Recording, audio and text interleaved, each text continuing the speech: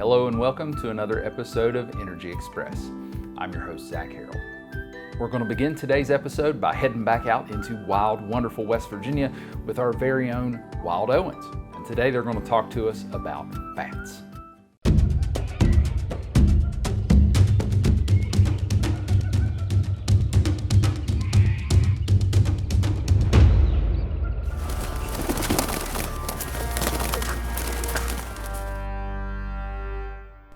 Hello everyone, I am Sheldon Owen, Extension Wildlife Specialist with the West Virginia University Extension Service. And today we kind of have a very unique find because it's in the middle of December, it's winter months, and we have a bat with us.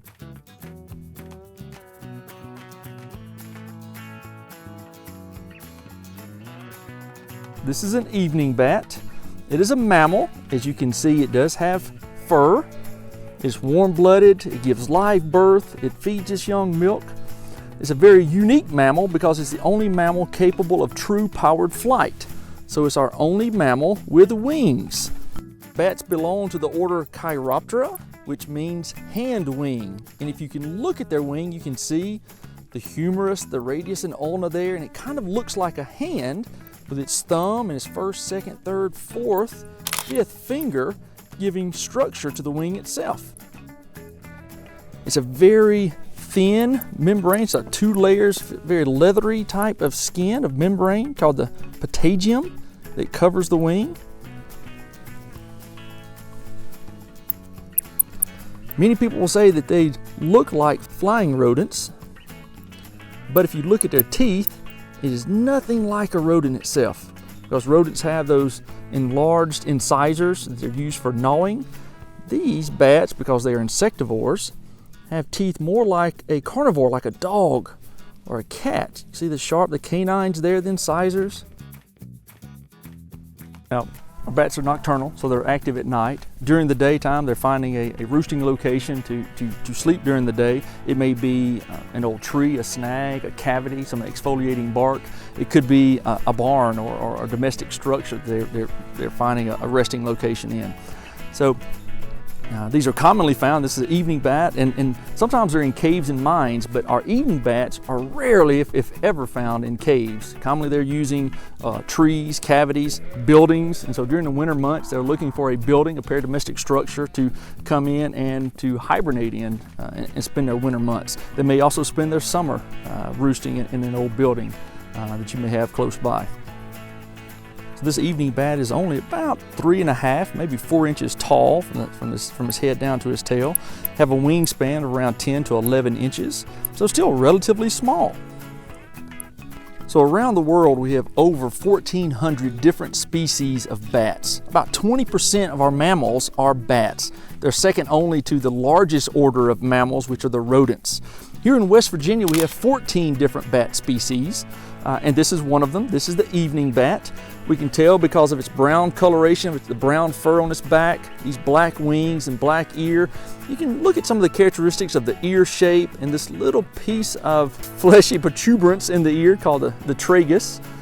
We can tell this is an evening bat because it only has one incisor on the top of each side of its jaw. You can maybe hear it chirping a little bit here. Bats are not blind, they can see quite well, but they do have a form of acoustical orientation called echolocation. They produce sound waves through their larynx, by their larynx, protruded out there or projected out their mouth, and they use it like a little microphone, and they send out these sound waves and they listen to the echoes coming back, and based on those echoes they can orient, navigate, they can find food, they can determine direction of travel of how the insects that they're chasing down are flying. And so it's a very sophisticated form of orientation and navigation, but they can still see. They're not blind. It's one of the common misconceptions. They are mammals, so they don't lay eggs. So they don't fly into your hair and lay eggs and drive you crazy, like some old wives' tales, I guess, we'll say. They're a phenomenal species, one of my favorite groups of animals. I'm trying, maybe you can hear it sort of making those echolocation clicks now, clicking a little bit. I'll hold it up a little closer to the microphone and maybe we can hear it clicking. That echolocation call is above 20 kilohertz in most cases, and that's above the human range of hearing, so we can't actually hear it when they're out there echolocating. Some of our larger bats, such as the hoary bat or the big brown bat, may call around the 17, 18 kilohertz range, and so we can actually hear those bats clicking or echolocating as they're flying by. But for our evening bat, it's a little bit higher, and so we don't normally hear that echolocation call, but some of the vocalizations that they make, we can hear. Let me hold it and see if it can click a little bit more while I'm trying to maneuver it around in my hand.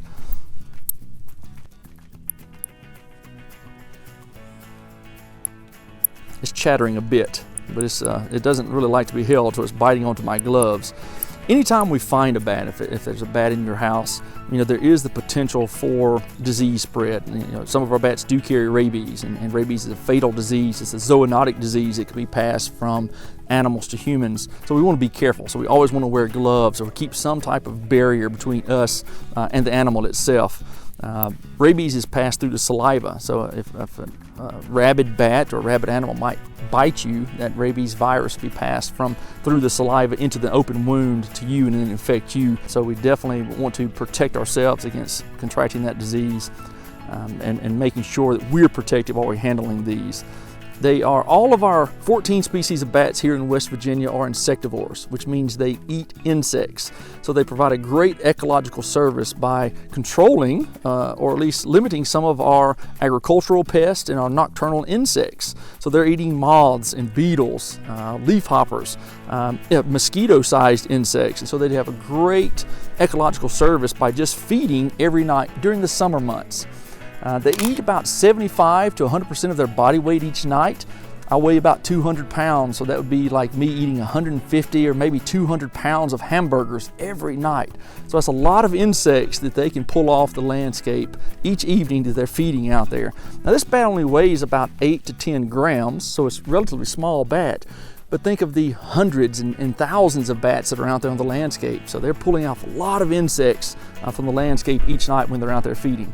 Now during the winter months, some of our bat species here in West Virginia actually migrate. So they'll migrate south for the winter to warmer climates and spend the winter and then fly back here during the summer months. The evening bat is one of those that does migrate, and so this one may have come down from more northern latitudes. They range along the eastern coast, up around the Great Lakes, down into the southeastern United States. So it may be one that has migrated through. This one was just found in a local business, a local building that was trying to find a place, I guess, to hibernate there and spend the winter months and try to stay warm, but it was in a business where we had some workers there, so we had to pull it out of that house. We're trying to release it, but that's tough to do on a winter day because normally they're wanting to hold tight and not be flying around because there are no insects around for them to feed right now, and they're using that energy that they've stored up to actually to survive the winter. During the summer months, especially right before they go into hibernation, they'll eat as many insects as they can, and they'll store fat, what is called brown fat, on their back in between their shoulder blades. And that's the energy that they use during the winter to survive because they can't get out and feed off insects. So some of our species here in West Virginia migrate, some of them hibernate. Hibernation is just a form of dormancy or inactivity. And so they go into a phase where they're kind of sleeping through the winter, where they lower their respiratory rate, their metabolic rate, their breathing, their heart rate, all that kind of lowers, their body temperature lowers, and they're not burning as much energy as they normally do when they're up and active. And so they're dormant and they can live off the fat stores they have on their body throughout the winter until spring arrives and we have an emergence of insects. They can go back out and start feeding on insects across the landscape.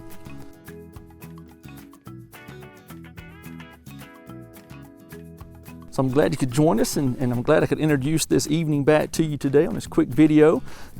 Get out and explore West Virginia, learn more about the wildlife that can be found here. There's some great resources on bats of the United States, bats of the world. Great resources out there to learn more about our bats and more about their natural history and their biology. So this is a little bit of homework for you, but get interested, get excited. During the summer months, go out at night, watch some of those bats flying by. Very hard to identify them when they're flying by. You have to have them in hand, but see how many bats you can count out there on the landscape. Know that they're eating insects and they're providing a great ecological service of insect control. And get out and explore and enjoy wild, wonderful West Virginia. Yeah, I was hanging out at the house the other day, pretending to be a flamingo, as I do sometimes. my kid walked up to me and said, "Dad, I really wish you'd stop doing that." And that's when I had to put my foot down. Hi everybody, welcome back to Jackson's Mill. Let's go for a nature walk today.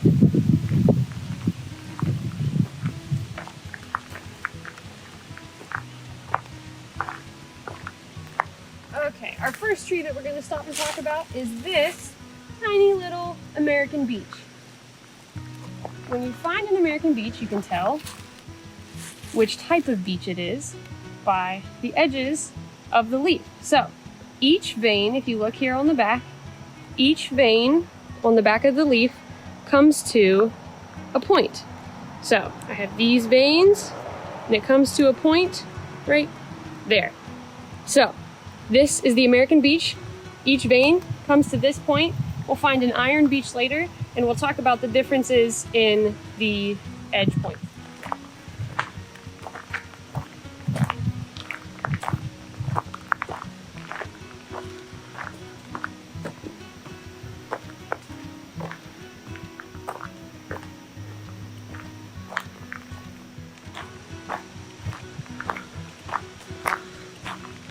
As we stand here, you can see that most of these trees are pretty large and they don't have a lot of leaf cover going up the trunks.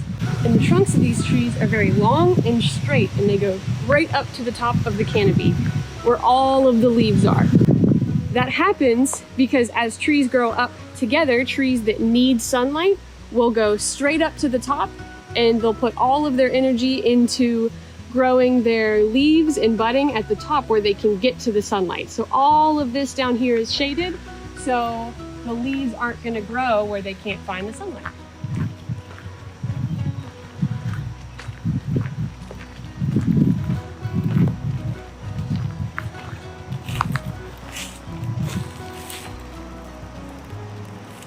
This is another American beech. It's much older, so it's much larger, but it still has this very flat bark all the way up the trunk, as most beeches have. This is a teeny tiny tulip poplar. So we have lots of poplars in these woods, and so whenever they shed their seeds, some of them will catch and start growing like this. This is maybe just a year old. So the tulip poplar leaves are super distinct because they have a split top right here. So they don't come to a point in the middle, they actually come to 2 points on either side. So sycamore leaves will look really similar to these, except where the tulip poplar have very rounded edges. Sycamore leaves will look almost like a maple, but they'll be split right there in the middle like the tulip poplar.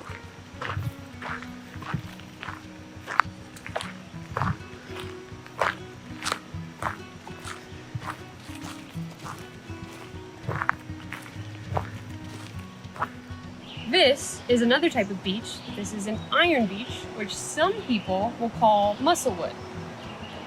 Whenever they talk about musclewood, the reason that they call it that is because it has these edges and it looks like a flexed muscle, like a flexed forearm or something like that.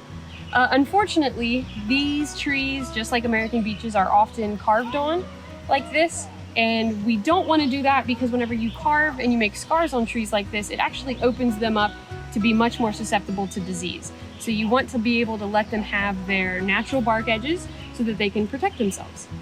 Whenever we're looking at the iron beech leaves, remember I said that the American beech comes to 1 point at the edges. The iron beech, instead of just coming to 1 point at the end of a vein, comes to a serrated edge like this. So it looks like more of a saw blade. The leaf itself is the same shape as the American beech, but the iron beech has those serrated saw blade edges. This is a full-grown adult tulip poplar. So the little tiny tulip poplar that we looked at earlier will eventually, hopefully, grow into this. While you can't easily see the leaves at the top, you can still tell that it's a tulip poplar because this bark has long ridges like this. So they're long, deep ridges. It almost looks like one long mountain range going all the way up the tree. Now Kerri Carte joins us here in the studio to teach us how to make fruit mice. I guess if you put wings on them, they'd be fruit bats. Hello, my name is Kerri Carte. I work for WVU Extension Service in Kanawha County with the Family and Community Development Unit. And today I'm going to show you how to make a really fun snack. It's called an apple mice.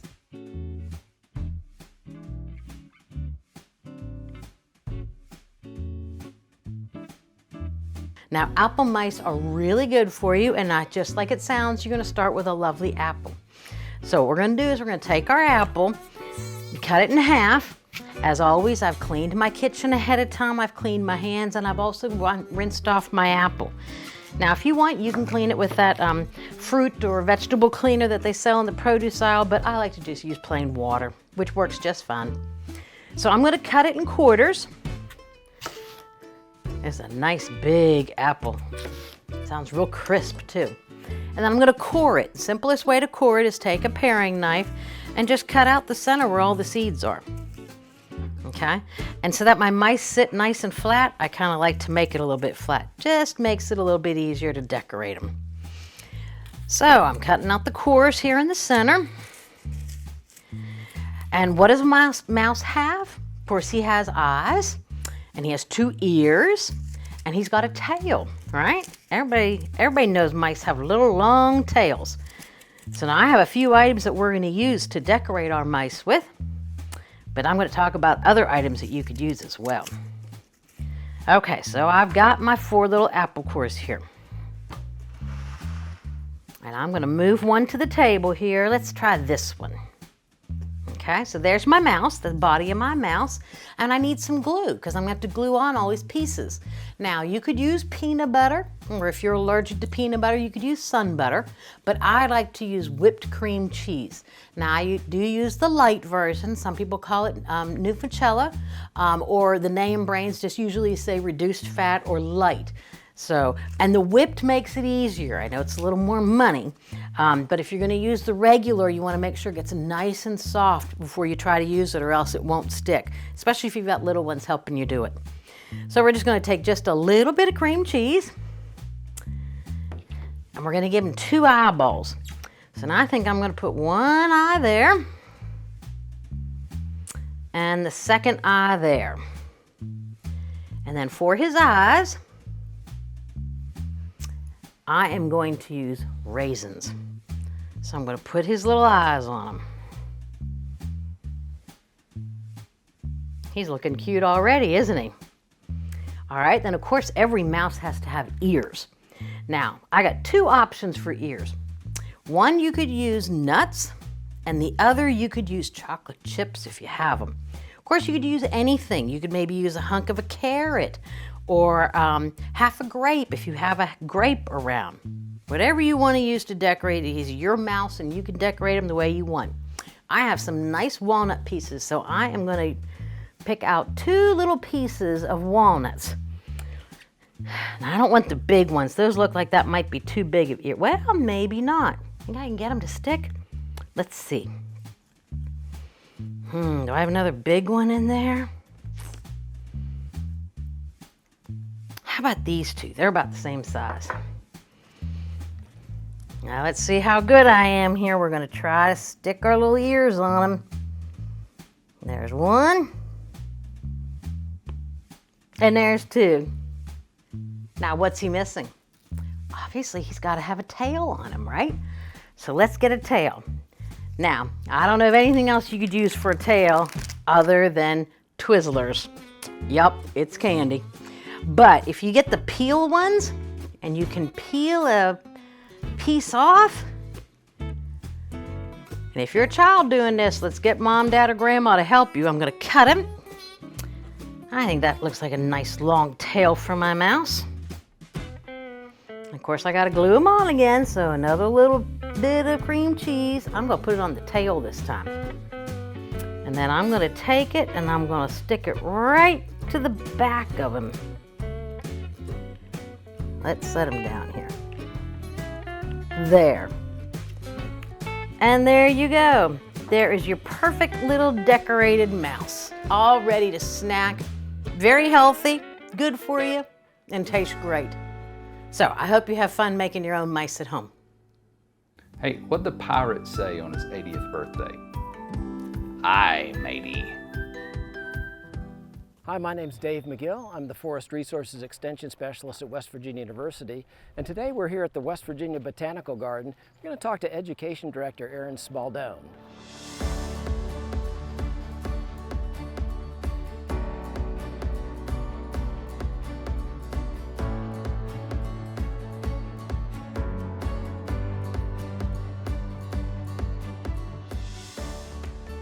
Hi, I'm Erin Smaldone. I'm the Education Director at the West Virginia Botanic Garden.